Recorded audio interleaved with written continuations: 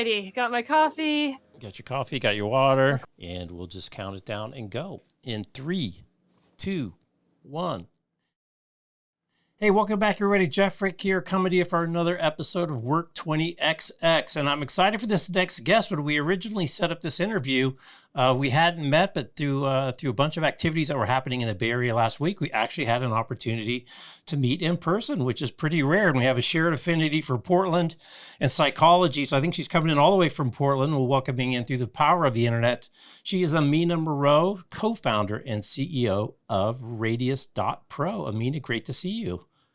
Hey, Jeff. It's great to be here and to meet you IRL. Yeah, Finally. in real life, exactly. So let's just touch base on it briefly. So you were in town for Purposeful Intent event, which was kind of ground center zero for kind of remote work and future of work. A lot of folks that publish a lot and talk a lot.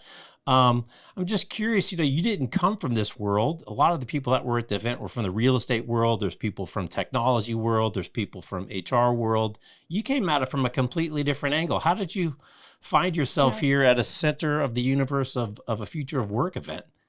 The future of work. Yeah, it definitely was a little bit of a left turn for me career-wise, because during the pandemic, my goodness, everybody had so many pain points. And I had a pain point that I needed to solve for myself and my family. And lo and behold, I found myself in the future of work conversation, which in some ways is a departure from everything I've done in the past, because the previous companies that I've built and co-built were all in the creative space, filmmaking, music licensing, working with ad agencies, marketing, etc. And then all of a sudden, whoop, real estate and future of work stuff. At the same time, it is also fitting because I have been an employer my whole career. And I have led teams that were in office. I've led teams that were fully remote, and a mix of a whole whack of ways of working. And so in some sense, yeah, it was a bit of a left turn career-wise. On the other hand, I feel quite at home, because I've been thinking about this stuff for 2 decades already, just from a totally different angle, more from a user's perspective than from a thought leader's perspective in shaping the future of work. And now I'm really happy to be collaborating with some great people like yourself in shaping it. Yeah, it was great. And you got to lead some panels. And then let's just give people, kind of the 101 on what is Radious. You had a special event that I was fortunate to attend. For the people that aren't familiar, give them kind of the 101. What's Radious.pro all about? Yeah. Radious is, I like to joke that it's kind of like Airbnb and WeWork had a baby, except, without all of the drama. Some of them. So that's a lot of drama. Yeah, we like to be drama free. We're basically a network of on-demand workspaces that are right in your neighborhood. So in essence, what we do is we take homes and other residential properties, which is a pretty unique thing because most office space platforms are commercial spaces, right? They're conference rooms and typical commercial buildings, but we're taking homes. So it really is the Airbnb model. And we're making sure that the homes are outfitted with workplace amenities. So whiteboards, sit-stand desks, AV for presentations, everything that you would expect in a conference room or a traditional office, but with all the comforts of home. And so it's a very different experience, but also most critically, residences tend to be in residential areas. And people are really having a tough time commuting to an office these days. And so we like to think that we're bringing the office to you. Right. And then is your customer more the individual worker that's looking for a place to go work right now? Or are you trying to go to market more through companies and let them offer that as a service to their people? It is mostly a B2B platform, or rather B2B2C. So our main customers are companies who are offering flexibility that may or may not have an office, frankly, but want to be able to offer their employees a place to go, get some work-life separation, to meet up in person without having to commute, and also offering a more unique experience. Now, I will say that we do allow individuals to book on our platform without a contract. And that's just a really great way for the community to learn more about Radious while offering people a service that they love to use. Right. But at the end of the day, our hope is that the more users we have on the platform, whether individuals or companies, the more word of mouth spreads. And a working professional, that maybe they have an internet outage at their house and they need a private space to go do a Zoom call, they book a Radious space for the day. And then they're like, oh, wow, this is awesome. Let me recommend this to my manager. And then we have a foot in the door with the company. Right. So it's interesting. Ryan Anderson at Miller Knoll, one of their reports, talked about, 3 things best done not at home that are usually done in an office, but I would imagine it's a similar type of application for what you have. And his big 3 were, socialization, obviously to get together, and it's sometimes just to get together, to get closer with people. Yeah. The second one was collaboration, when it's a heavy collab type of activity. And then the third one, which gets left out of most people's conversation, is just heads down isolation work. I just need some quiet time and some private time. And for a lot of reasons, a lot of people maybe don't have that option at home. So I could see, you probably get kind of a mix of those applications, I would imagine, within your customer base. Yes, we definitely do. And that last one, the distraction factor, is really different for different people and different home environments. For some people, absolutely have a lot of distractions, whether it's kids or, the pile of laundry that's been nagging at them for a few days, and, it's calling to them. And even if it's not a noisy distraction, anything that pulls you away from your work is going to affect your productivity. But on the flip side, there are some people who don't have any distractions at home and actually find it more distracting to go to a traditional office, especially if it's an open floor plan.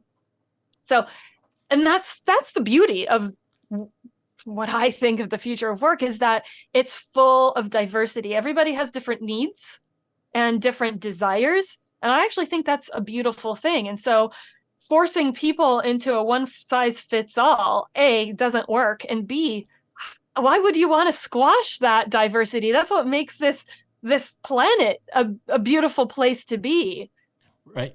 I think, to follow up on the 3 things you just mentioned, I have another 3 things to throw at you. One of them is actually common, the distractions. There are actually 3 major pain points to working from home. One of them is distractions.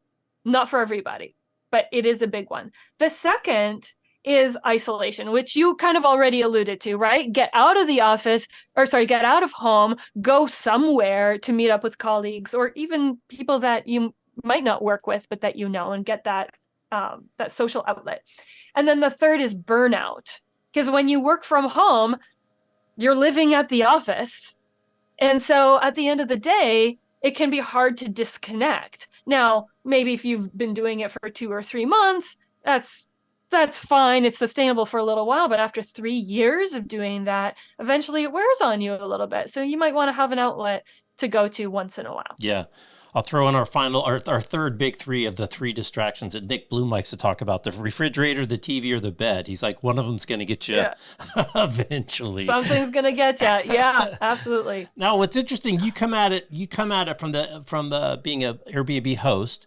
And so you come at it from kind of a shared economy kind of a point of view, as well as from kind of the host point of view and the residential point of view versus, say, a traditional commercial real estate or even a non-traditional real estate like a WeWork or a flex space.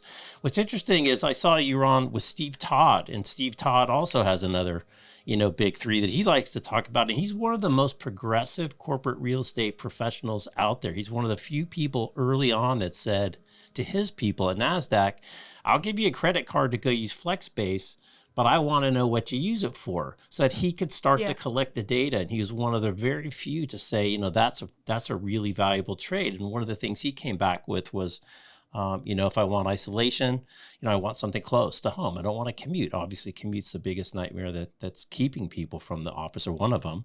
And then he said, if I want to be with the team, I want to be near someplace we can all get to easily, right? Easily to commute, maybe on public transit. And then he said, then if I want a showcase space and I have a big customer meeting, that's when I want the downtown space with the executive briefing center and the high ceilings. But, really this idea of, space appropriate for the activities that you're trying to do, not only in a small confined world of kind of activity-based space inside of a corporate structure. But now you've expanded into almost like this portfolio of potential spaces beyond the corporate space to flex spaces. And then now when you take it out to the housing level, I mean, how many different properties do people pick from when they're in the platform? Say, I know you're in Portland, in Milwaukee.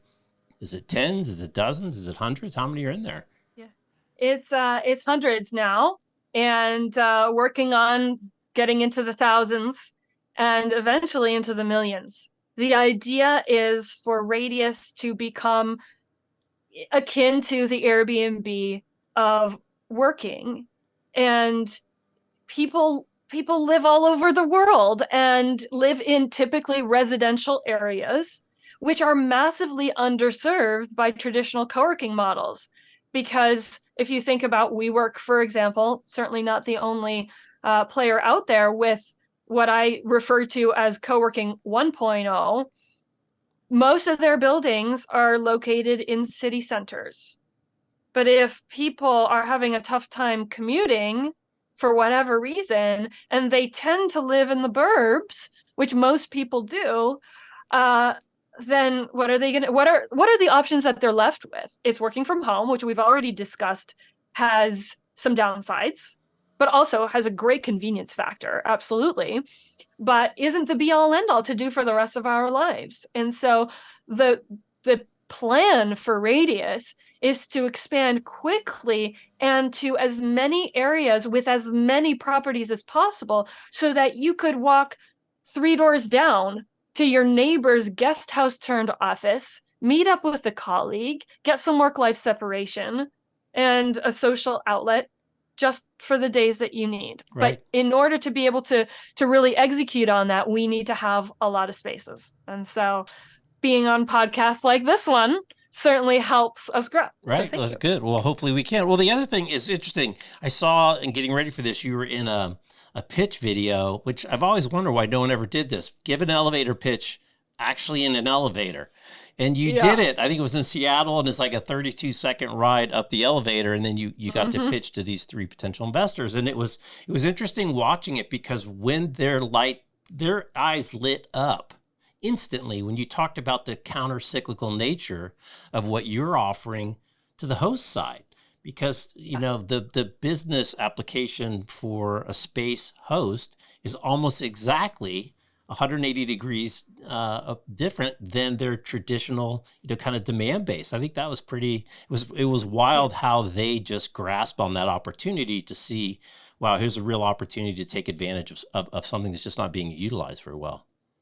Yeah. And it makes sense because Kirby, who was one of the 3 judges, he had the biggest aha moment, and he comes from the short-term rental world. He sold a startup that was in that world and really understands the dynamics of short-term rentals, Airbnb, VRBO types of platforms, which are usually busiest on the weekends, Friday through Sunday. And so there are a lot of properties that are sitting vacant Monday, Tuesday, Wednesday, Thursday, which are work days, which are the days that Radious focuses on. And so we're able to take a lot of underutilized space, help families with housing affordability, by the way, because this does supplement either rent or mortgage payments that they're making every month, and offer something to companies and working professionals that they need, but they don't necessarily need every day. And so we're able to save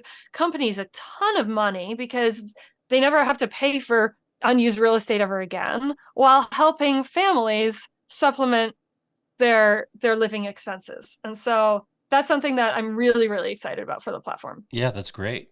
Well, and also just selfishly for them, the ability to manage this they now have to add flex to their real estate portfolio. That's pretty clear, because they're all reducing their primary footprints and they're reducing their HQs, et cetera. So some level of capacity has to be absorbed by flex. And so to have the ability, and I know we've talked briefly about, you know, you got a couple different business models, a couple different ways that they can buy, is a really valuable asset for them to add into kind of this flexibility portfolio to offer their people. It's pretty cool. Yeah. I was talking to Dick Bloom the other day, actually, and he's an economist by trade, and all of his research is around remote work trends, where the world is going. But he thinks about it from both a micro and a macro perspective. And he was telling me his point of view that companies in general often pay a premium for additional agility, ability to pivot when things get tough. And Radious allows them to have that agility, because you can just flex up or down based on requirements for office or meeting space, right? Because it's not a fixed contract that you're locked into for 5 or 10 years. No, it's by the day, right? So you have that agility, but here's the kicker. It's at a significantly lower price. And so instead of Nick's paying a premium for agility, you get that agility while saving a ton of money at the same time. And so it really is a no-brainer for companies, especially during an economic climate that is so unpredictable. Right. Yeah, exactly. It's all about unpredictability. So I want to shift gears a little bit and talk about your entrepreneurial background and some of the stuff that you were doing before. You've described yourself as a chronic entrepreneur. I have here highlighted in my notes, and my other one that I thought was pretty funny. You said you're the average of a cynic and an idealist, which you divide that by 2 and it comes out as a pragmatist. You got a history in film. You're talking about kind of the classic story arcs and the hero's journey and all these kind of communication things. How has that translated to your new role? And besides just kind of the serendipity of how it happened, how directly do those things impact your ability to execute here at Radious? Oh, so much. I feel like everything I did professionally and some personally over the course of my career has prepared me for this moment. It was just like training ground, and now this is the big moment. Because the other companies that I was involved with, there were 4 others. I co-founded all of them. And while they were in a very different space, they were creative services, and this is real estate, future of work, there were some major similarities. First of all, 2 of the other companies were marketplaces, where you have one audience on the supply side and one completely different audience on the demand side. So with Radious, for example, we have our hosts, they're property owners and property managers, and they have one set of priorities. Whereas on the demand side, we have companies and working professionals, which have a completely different set of priorities. It's kind of like we're building 2 companies at the same time with 2 marketing plans, 2 sales approaches. Almost everything is multiplied by 2. But having done it twice before in a stock footage platform and a music licensing platform, same sort of dynamics, artists uploading music and footage, and then ad agencies, marketing departments downloading those assets for use, the dynamics are the same. And so the chicken and egg problem, all of the challenges, there's a lot of overlap. And then my experience in storytelling and marketing in general has been instrumental in growing Radious as well, because at the end of the day, you can build the most beautiful, well-functioning platform, and you can have the best spaces. But if you don't have a story behind them, if you can't get the word out, the whole idea of build it and they will come, maybe that worked a few decades ago. But these days, there's so much noise out there. Right. You need to know how to put out a strong signal. And right. I am so thankful to have 20 years of experience doing that, because now's the moment. Practically every company on the planet is trying to figure out how to make flex, remote, how to make the future of work for them. Right. And this is Radious's moment to not just shine, but to come in and be a really meaningful solution for them. And without a good story, without that ability to put ourselves out there, it doesn't go anywhere. Right. Right. Well, the other angle I would like you to speak to is just kind of career change and industry change. We're entering a time where, unlike my grandfather, where you worked in the same job for 25 years or 30 years and you got your pension plan, the world is changing very quickly. Everyone is going to have to reskill and change their careers, quote unquote, a number of times over the course of their world. I had Tyler Selhorn on. He went from being a high school math teacher to running remote for a blockchain company, which was a crazy story. So in terms of, what advice would you give to people when, you have to, whether you're forced to or whatever, you want to enter a new space. And even if some of the concepts are the same as you just outlined, there's no vocabulary, there's new people, there's new, kind of this whole system. How do you help people, or what would you say to people, kind of facing the, unfortunately the business I work in is not doing these well. I need to do something new. What do you tell them? Yeah. Get comfortable with being uncomfortable. That's advice number one. And number two is embrace a beginner's mindset and be a lifelong learner. One of the things that my previous 20 years of my career have taught me is how to be comfortable by being the least informed person in the room. And I'll tell you why. Because as a film director and a marketing consultant, I was doing a different project in a different industry, sometimes every month. And in one month, it might be pharma. Another month, it could be the energy sector. It was completely different from project to project. And I don't know everything about everything. Newsflash. And so what that meant is that I had to effectively do a crash course in the subject to become educated enough about it to then advise my clients on how to tell their story in the most effective way possible. And so at the beginning of the project, I knew very little, and yet I still had to be an authority on how to tell that story.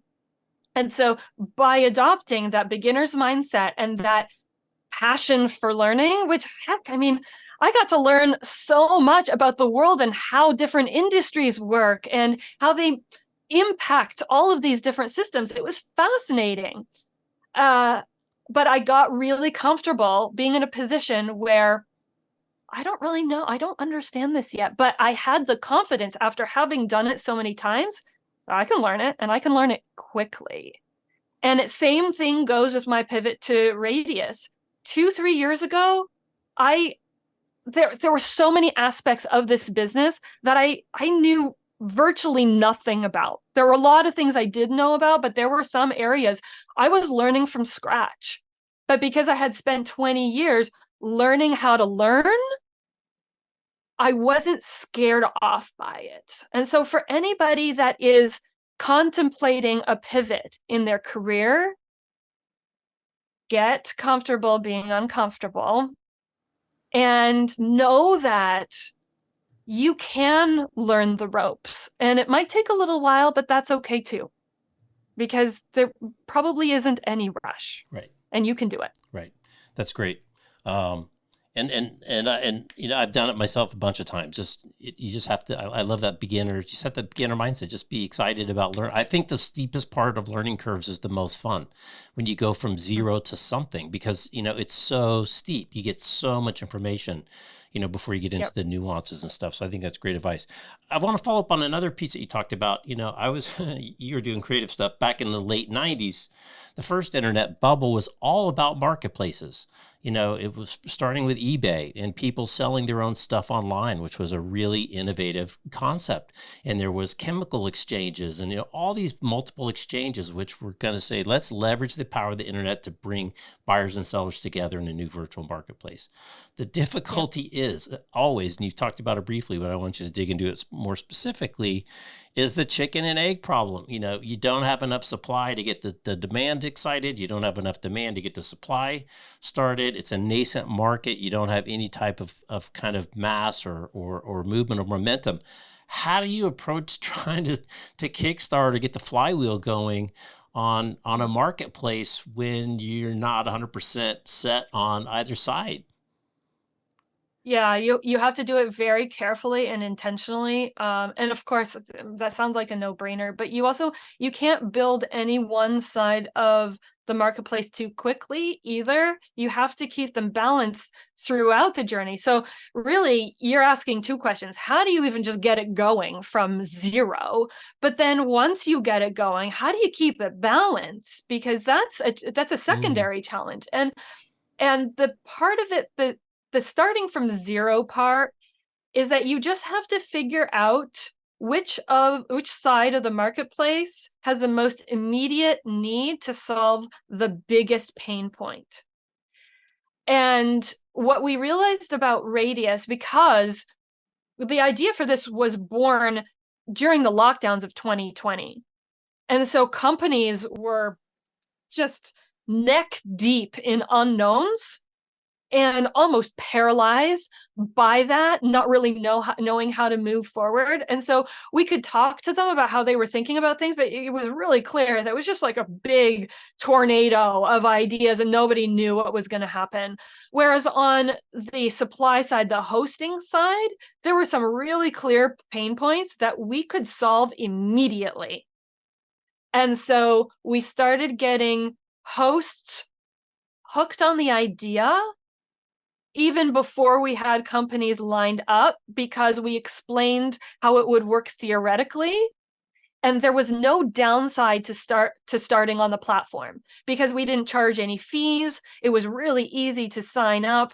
We did things like send a professional photographer to the space and, really make it shine. And so there was no reason to avoid signing up. So we made it very easy. And then once we got a few properties, then we had a bit of a proof of concept to then take to companies that we had already been talking to and become friendly with. Right. And now we say, hey, check this out. This is what we're thinking. What do you think about this? What feedback do you have? The classic startup test and iterate mantra. We would get that feedback, go back to the hosts and improve things and start recruiting more hosts. Oh, and now we have company interest. We would start getting letters of intent from companies saying, okay, as soon as you have a critical mass of spaces where we have employees, we will start using this, and we take that back to the properties. And then they would get that much more motivated to list more, especially people who had more than one property, like property managers. And it was just this ebb and flow. And then once you start getting bookings, once these hosts actually start making money, then they start talking about it. Right. And that flywheel starts to go, and the customers start marketing the idea for you. How many of your hosts also host for Airbnb or a different type of a service in that they're kind of competent hosts? This is not a brand new thing for them. And this is really kind of almost like a line extension, if you will. It is, yeah. A good number of them. As we were first launching, about 85% of our hosts came from the short-term rental industry already. So they had the know-how, they had the infrastructure like keyless entry and cleaning crews and everything that you would need for an operation like that to run smoothly. The only thing that we really needed to educate them on was how do you outfit your space in a way that's really work-friendly. And not in the way that you already have for Airbnb, where you've got this little tiny by the way desk off in the corner so you can check a box. No. How do we make this a proper workstation where somebody could work comfortably for 8 hours? How do we create a presentation space with minimal effort and maximal reward for both the host and for the company that might be getting together to do a creative brief or something like that? So there was a little bit of education that went along with it, but there was already that foundation. Now, since then, things have changed a little bit because a lot of our hosts, they have issues with overnight hosting, which is what the rest of the industry does. Airbnb, VRBO, they're all overnight platforms. We're not. We're just 9 to 5 or 8 to 6. Which means that it eliminates a lot of risk for our hosts. So we now have plenty of hosts that either stopped hosting on those other platforms or they never did. They always wanted to monetize their space in a creative way, but they didn't want to do the overnight thing. And for the first time ever, now they have a chance to with us. Right. And then what are the main improvements they have to make if I've got a functioning short-term rental space, but I want to get into this. Obviously I probably have, Comcast coming in or AT&T. What are the main, kind of investments people need to make? Not huge ones, but kind of the minimum. Mm-hmm. So there are absolutely minimums just to qualify for the platform. And then there are additional things you can add to either be able to charge more for your space or to be able to differentiate yourself from the other listings that are in your area and really stand out to companies. So the minimums are fast internet, and we have some definitions around what fast means. There needs to be either a workstation, like a proper desk, or, and I should say, a meeting surface, like a meeting table where teams can come together. There's got to be a bathroom, obviously, because the coffee fueling your workday has got to go somewhere. And it's got to be comfortable. And now that means different things to different people, but our host success team works with every single property to make sure that they have what it takes to succeed on the platform. And then the additional things that you can add on that are really going to make your listing shine are things like an Apple TV or something as simple as an HDMI cable, so that somebody could plug their laptop into your TV to do a slide presentation. Having a projector and a screen is even better. Having a sit-stand desk, having an outdoor meeting space where the Wi-Fi reaches. These are all things that make the experience better and are all search filters on our platform. So if you need one of those things, AC during a heat wave, which we're having right now, being able to tick those boxes, right? And seeing only those properties that have what you need is really great. And the one other thing that I will add is that when you're doing a residential platform like this, you can get into some really quirky stuff, right? So we've only been talking about workplace amenities, and we have some very normal spaces like new construction homes, mid-century, modern, beautiful luxury home that you were just at in the woods, right? But we also have a 50-person yurt that has all of the amenities of a conference room, but it's on a hobby farm. And so during your coffee breaks, you take a couple of apples out and feed the alpacas as part of the team building experience, right? This is not something you're going to get at a traditional co-working space. But we like to say that Radious is co-working 2.0, right, where you're actually having really unique experiences with your team. So don't give me the exact number, but how many variables are on that filter list? 10, 20, 30? It's close to 20. We want to be... That's great. We want it to be full. Like there are a lot of choices, and because everybody has different needs. At the same time, we don't want it to be so many that it's now overwhelming. Right, and so it's probably somewhere close to 15 to 20 different filters. Right. It'll probably grow over time, but we'll probably have to actually categorize them and nest them a little bit, because you could go overboard with that sort of thing. I'm curious, from some of your longest term customers, what's the most surprising thing they've ever told you, feedback-wise? I would say there are actually two things that come to mind. One big surprise was when a manufacturing company became our first subscription customer. You don't think of manufacturing being all that flexible, right? You need to be at the facility to make whatever product you're making. So that was a big surprise to us, but we learned that about a third of their employees are back office, and it's too loud to think at the facility. And so about a third of their workforce needed a quiet place to go. And so they ended up joining Radious on a team membership that gave their employees access to book on their own without, the boss's permission, sort of thing, so that anytime they needed to focus, but specifically with other people, so they weren't just going to meet at their house, they had a place to go. So that was a big surprise for us. Another one that's kind of fun and quirky was there's an ad agency in Portland here that has been using our spaces regularly, but after the first time, I asked their CEO for some feedback. And she said, great experience, love this and that and that.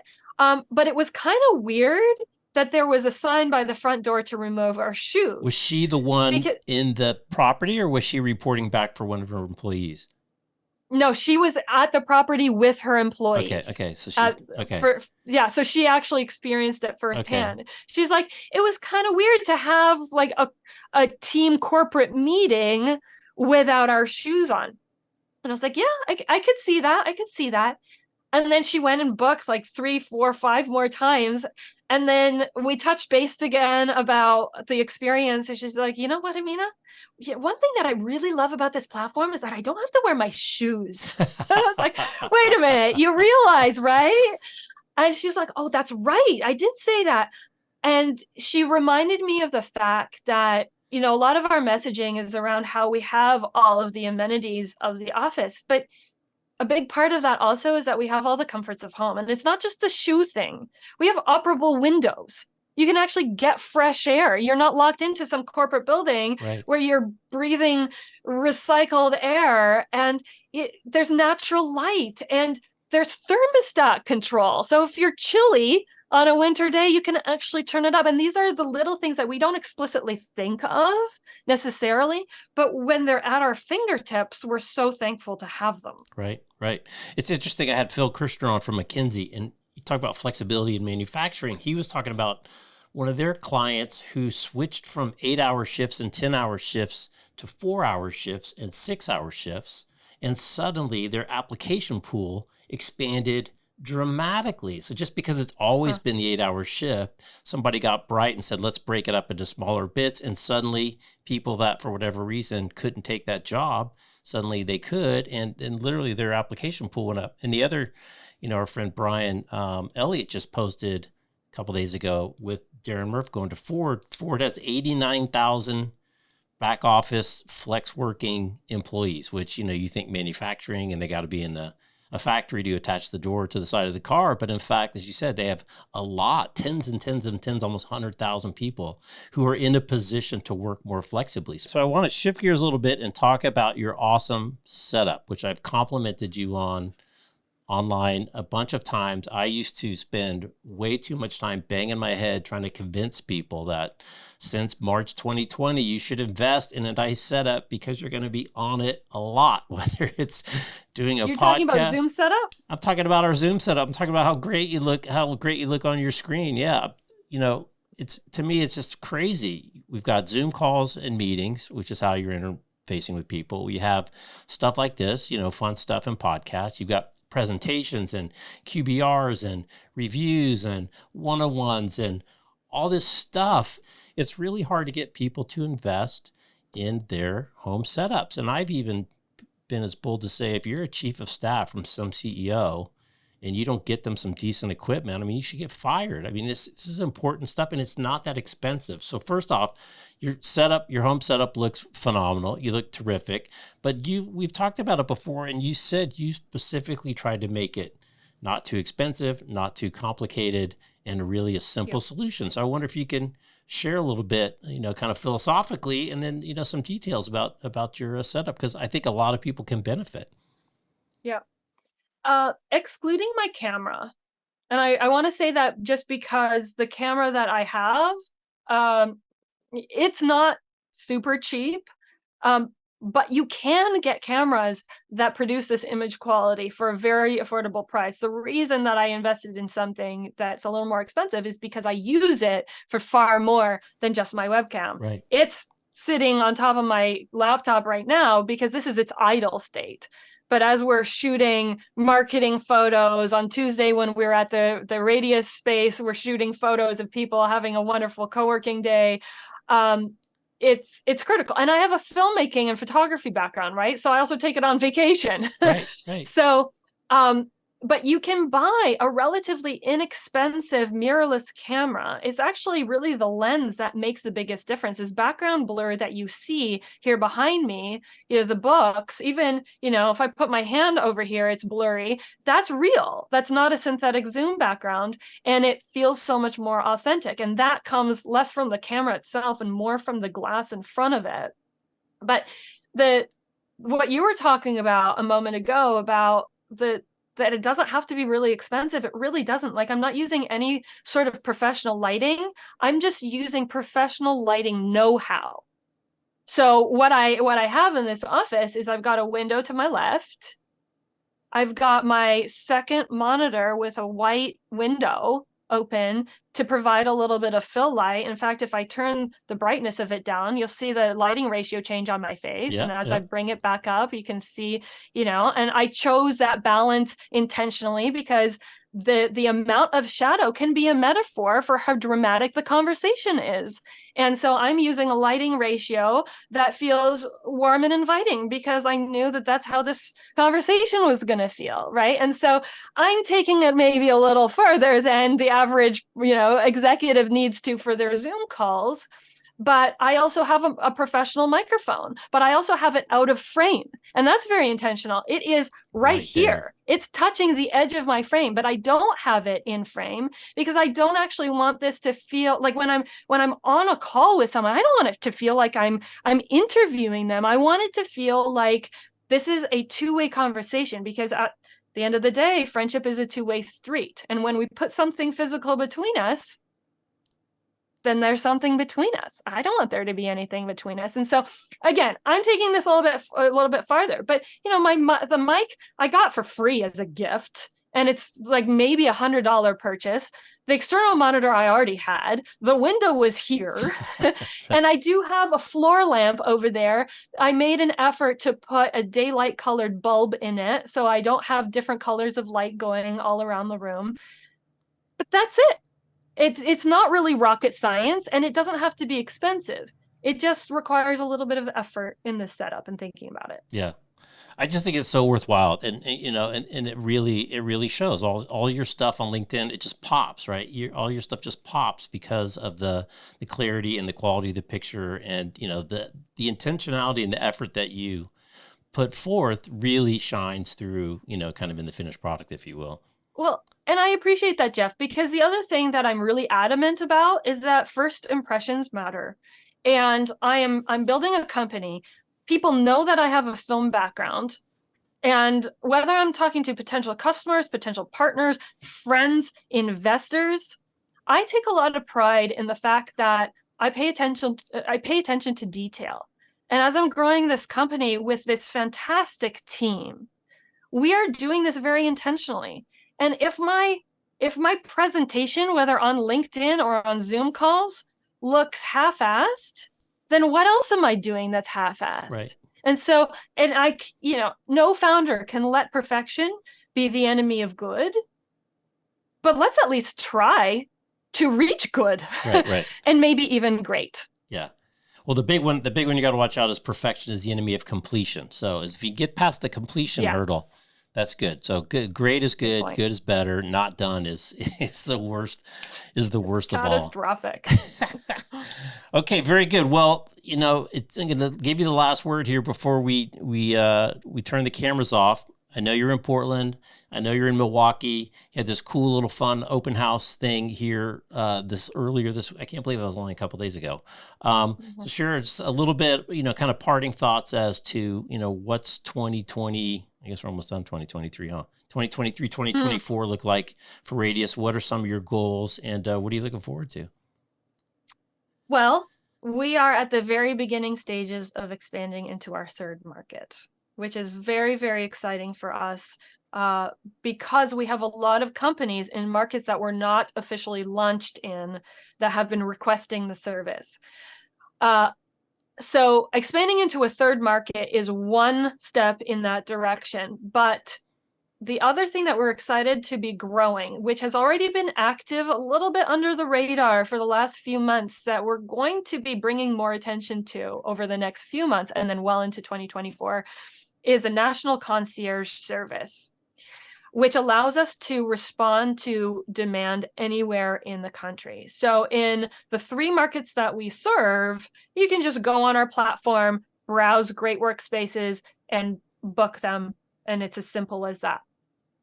But you can also get in touch with our team, and we can get you access to some secret spaces that we have in those 3 markets that actually might not be live on the platform yet, because we always have those that are, in the middle of listing creation, but so many teams are distributed these days, right? The pandemic opened up your talent pool Radious, Right. which is, by the way, a big reason why we named our company what we did.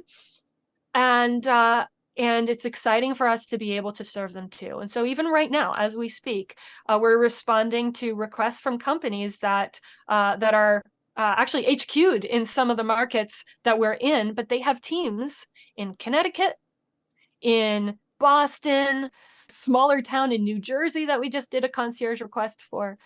And with just a couple of weeks of lead time, because we have this robust waiting list of properties that are just like bursting with excitement to be serving companies, now we're making that happen through the National Concierge Service. Awesome.